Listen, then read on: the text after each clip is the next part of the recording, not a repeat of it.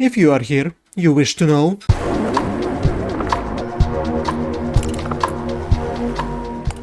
Welcome to What's News This Week, a weekly series where I speak about different releases that I found interesting so I could keep up on you also, and miss out on new video game releases and stuff to watch. And the first thing we're gonna talk about today is Undusted Letters from the Past, which is one of these cozy games when you need to find old stuff and restore it, like the old key from the storehouse, and then the old different trinkets from before, from the past, that you need to restore to better condition and have memories of whatever is happening.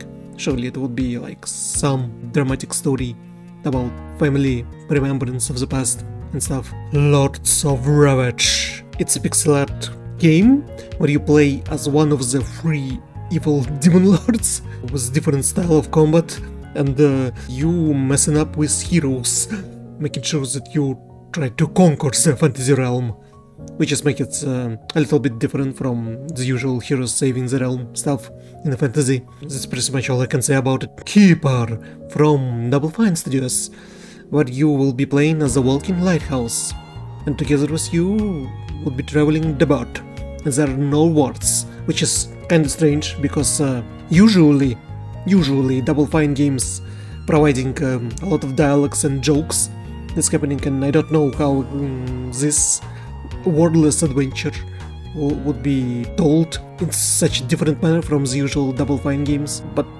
it's available in Game Pass on Microsoft, so I'm pretty much sure that they decided to make something risky and without fear for they're not going to be financing, because it's just a release game on Game Pass.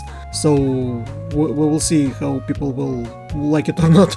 Lessaria, Fantasy Kingdom sim. And did you play Majesty a long time ago? Did you like Majesty when you're building buildings and you're not controlling the units and the life in the Fantasy Kingdom just happening?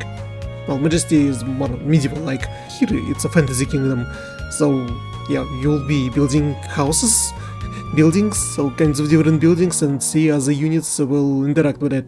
Isekai Quartet, Isekai Quartet, Isekai Quartet is back! And Seed from Eminence and Shadow joins. Is it even Isekai Quartet if there's more than 4 shows, cast of the shows that joined?